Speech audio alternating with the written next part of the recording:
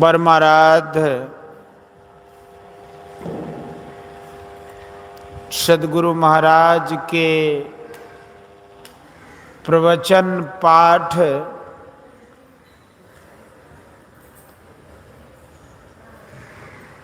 महर्षि में ही सत्संग सुधा सागर से प्रवचन संख्या 213 भगवान बुद्ध की साधना ज्योति और ना ज्योति और शब्द। प्यारे प्रिय दर्शनों, मैं आज बहुत प्रसन्न हो रहा हूँ। मैंने इतिहास में पढ़ा था कि बौद्ध कालीन नालंदा विश्वविद्यालय के रूप में बहुत विस्तार रूप में था। यहाँ देश विदेश से लोग आकर विद्या लाभ करते थे। विद्या दो प्रकार की हैं, एक पुस्तकों में और दूसरी अंतर अभ्यास से अभ्यासी को प्राप्त होती है।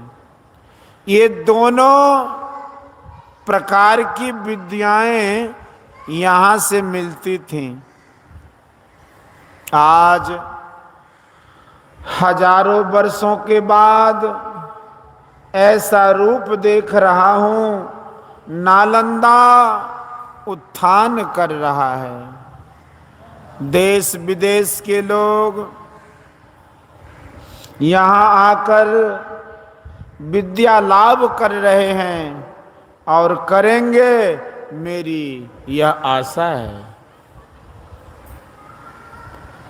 आज भारत में जो राज चल रहा है उसको संतों का ज्ञान बहुत पसंद है। सरकार उसमें मदद भी करती है। खास करके यह बात कि आप विदेश से हर दूर दूर प्रांत से जो यहाँ विद्या अध्ययन के लिए आए हैं उनको मैं धन्यवाद देता हूँ। नालंदा विश्वविद्यालय का पुनरुत्थान हो रहा है। इसकी बुनियाद या नींव प्रशंसा भाजन भिक्षु जगदीश काश्यप के साथ आप डाल रहे हैं। फिर यह अपना पूर्व रूप धारण करेगा, ऐसा मेरा विश्वास है।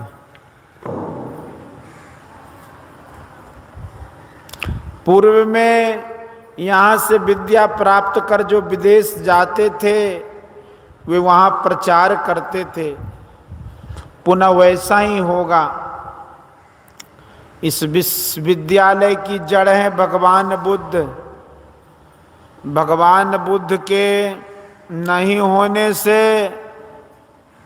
यह विश्वविद्यालय होता वह नहीं कहा नहीं जा सकता। मैं परम प्रभु परमात्मा से विनय करता हूँ कि इस देश का जो बड़ा विश्वविद्यालय था फिर उसी रूप में यह आ जाए। भगवान बुद्ध ने जिस ज्ञान से, जिस धर्म से, जिस प्रभुत्व से समूचे संसार में अपना ज्ञान फैलाया था वह फिर फैले।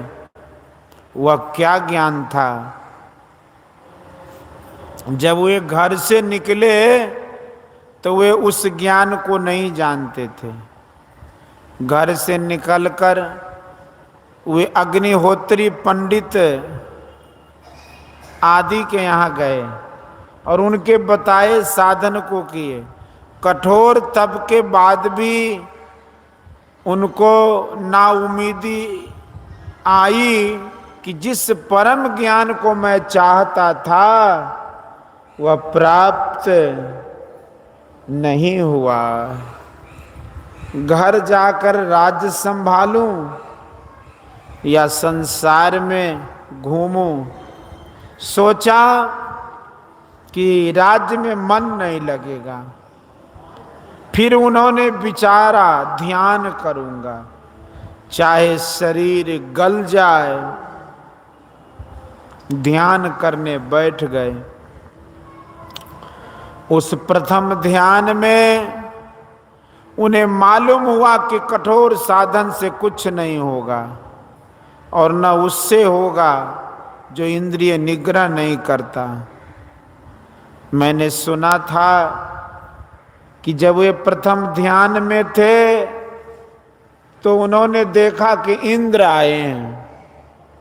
उनके हाथ में तानपूरा है। तानपूरा में 3 तार हैं। एक तार बहुत कसा हुआ है जिसकी आवाज ठस मालूम पड़ती है। दूसरा तार बिल्कुल ढीला है, उसकी आवाज घड़र घड़र मालूम पड़ती है, अच्छी नहीं मालूम पड़ती। मध्य का तार तीसरा ठीक तरह से, यानी न तो अधिक कसा हुआ और न एकदम ढीला है। उसकी आवाज बड़ी मीठी और सुरीली है। इससे उन्होंने निर्णय किया कि मध्य का मार्ग पकड़ो, न तो इंद्रिय अधीन होकर संसार में पड़े रहो और न शरीर को इतना कसो कि शरीर ही सूख जाए। इसलिए भगवान बुद्ध ने बीच का रास्ता बनाया। इसका दूसरा अर्थ है कि अपने शरीर में 2 भाग हैं, दायां और बायां। दाहिने बाएं के बीच में रहो। इसी को संतों ने दूसरी तरह से कहा कि दाहिने भाग में एक नाड़ी है जिसको पिंगला, और बाएं भाग में दूसरी नाड़ी है जिसको ईड़ा कहते हैं। इसी को संतों ने इंगला और पिंगला भी कहा। और मध्य की नाड़ी को सुखमना कहा है। जो दाहिने भाग में है उसमें रजोगुण का संचार होता है, जो बाएं भाग में है उसमें तमोगुण का, और मध्य में जो है उसमें सतोगुण का संचार होता है। मध्य में रहने वाले की सात्विक की वृत्ति होती है, वह आगे बढ़ता है।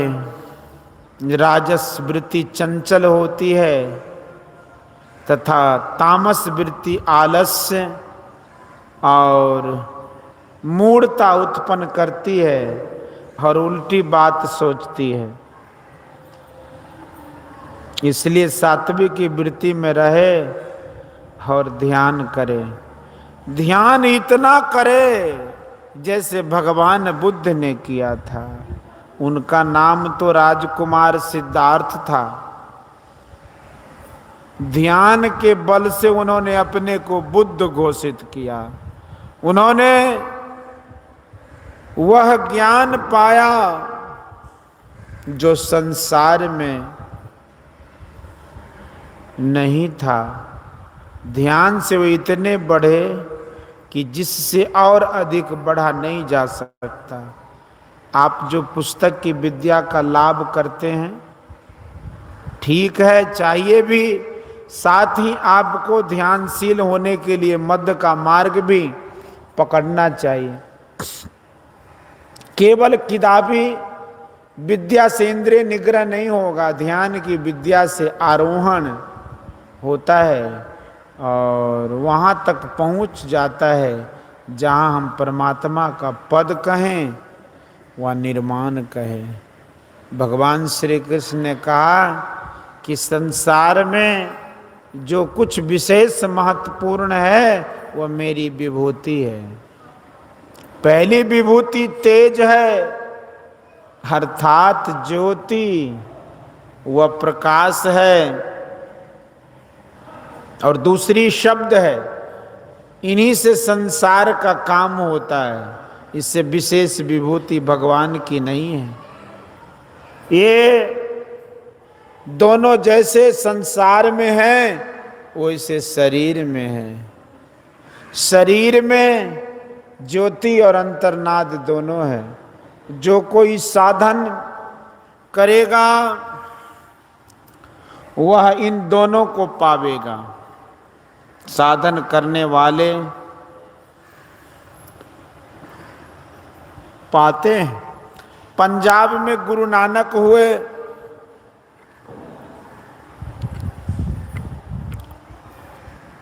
उन्होंने कहा अंतर ज्योति भई गुरु साखे चीने राम करम्मा। इसी में पहचान आया कि परमात्मा से कृपा होती है। क्या कृपा? दान होता है। इसी तरह कबीर साहब, दादू दयाल जी आदि सभी संतों ने वर्णन किया है। मैं धम्पद का पाठ सुनता हूँ। कई दिन पहले श्री काश्यप जी, भिक्षु जगदीश काश्यप, डायरेक्टर पाली इंस्टीट्यूट नालंदा, मुझसे भेंट करने राजगीर गए थे। उस दिन भी मैं संत सेवी जी से पाली धम्पद का पाठ कराया था। पाठ समाप्त होने पर श्री काश्यप जी ने कहा कि बहुत अच्छा पाठ हुआ। बहुत दिन पहले मैंने धम्पद के मैक्स मूलर का अंग्रेजी अनुवाद पढ़ा, फिर मेरे गुरु भाई का किया भाषा अनुवाद पढ़ा, और काश्यप जी से भेंट होने पर पाली में पढ़ने की इच्छा हुई। फिर मैंने राहुल संकृत्यायन और चंद्रमणि भिक्षु आदि के अनुवाद को भी पढ़ा। बुद्धचर्या और दीर्घ निकाय आदि ग्रंथों को मैंने पढ़ा। इन सब ग्रंथों में भी ज्योति और शब्द का वर्णन पढ़ा। हंसादि च पथे यान्ति आकाशे यान्ति इद्धया धम्पद लोग बग्गो। अर्थात हंस सूर्य के रास्ते पर चलते हैं और रिद्धि से योगी आकाश में गमन करते हैं। आकाश में उड़ने वाले पहले भी थे। भगवान बुद्ध के पहले व्यास देव जी हुए थे। उन्होंने अपने पुत्र से कहा था कि राजा जनक के पास ज्ञान प्राप्त करने जाओ, लेकिन आकाश मार्ग से मत जाओ, साधारण तरह पैदल जाओ। इससे मालूम हुआ कि आकाश में उड़ने से ही काम खत्म नहीं होता है, इससे भी आगे सीखना है।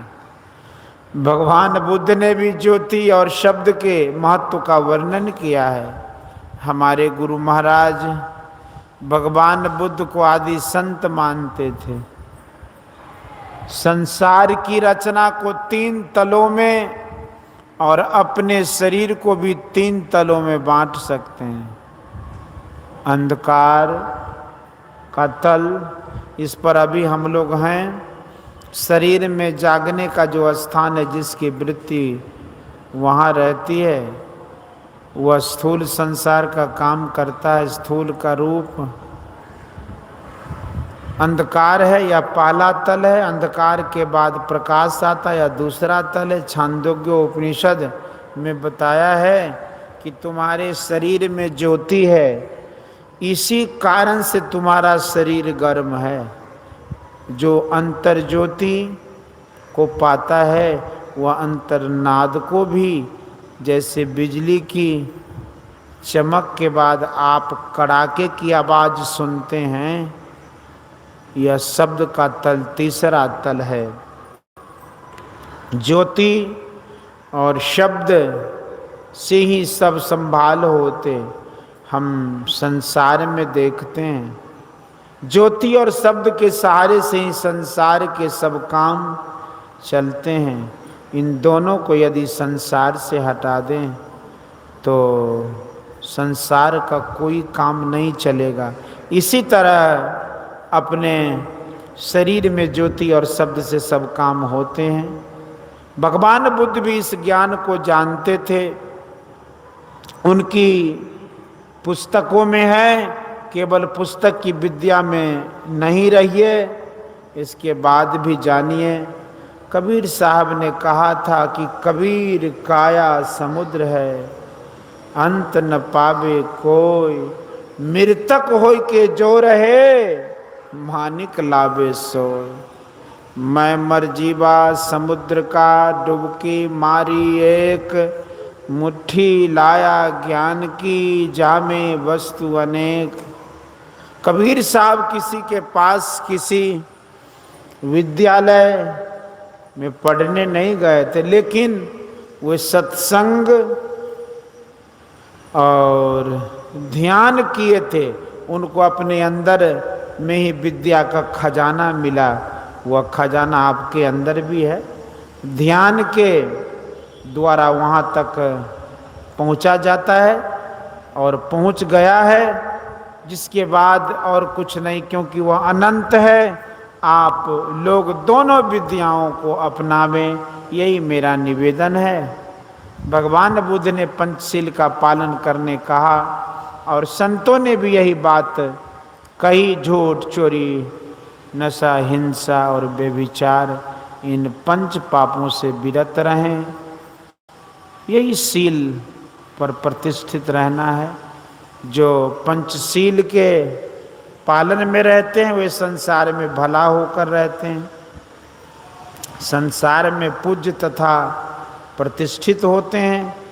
वे कभी न कभी बुद्धत्व को अवश्य पावेंगे, जिसको कि सभी संतों ने भी प्राप्त किए हैं। भगवान बुद्ध ने ध्यान और पंचशील पालन करने के लिए बहुत कहा।